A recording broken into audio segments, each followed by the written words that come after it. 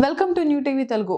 తెలంగాణ రాష్ట్ర దేవాదాయ పర్యావరణ మరియు అటవీ శాఖ మంత్రి కొండ సురేఖ హైదరాబాద్ లో మెగాస్టార్ చిరంజీవిని కలిశారు. జూబ్లీ హిల్స్ లోని చిరంజీవి నివాసంలో మర్యాదపూర్వకంగా ఆయనను కలిసిన కొండ సురేఖ ఆయనతో కాసేపు ఆత్మీయ సంభాషణ చేశారు. తన కుమార్తె కొండ సుష్మితతో కలిసి చిరంజీవి ఇంటికి వెళ్లిన మంత్రి కొండ సురేఖ చిరంజీవికి ఇష్టమైన ఆంజనేయ స్వామి చిత్రపటాన్ని బహుకరించారు.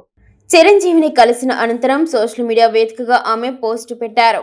మాజీ కేంద్ర మంత్రి, సినీ నటుడు మెగాస్టార్ చిరంజీవి గారిని మా కుమార్తె కొండా సురేఖతో కలిసి మర్యాదపూర్వకంగా కలవడం జరిగిందని కొండా సురేఖ ఆ పోస్టులో వెల్లడించారు. అయితే కొండా సురేఖ చిరంజీవిని ఎందుకు కలిసింది అన్నదానికి సోషల్ మీడియాలో ఆసక్తికర చర్చ జరుగుతోంది. చిరంజీవికి ఇటీవల మనవడు, మనవరాలు ట్విన్స్ పుట్టిన నేపథ్యంలో ఆయనకు శుభాకాంక్షలు తెలియజేసే ఉద్దేశంతో ఆయన ఇంటికి కొండా సురేఖ వెళ్లినట్టుగా అభిమానులు భావిస్తున్నారు.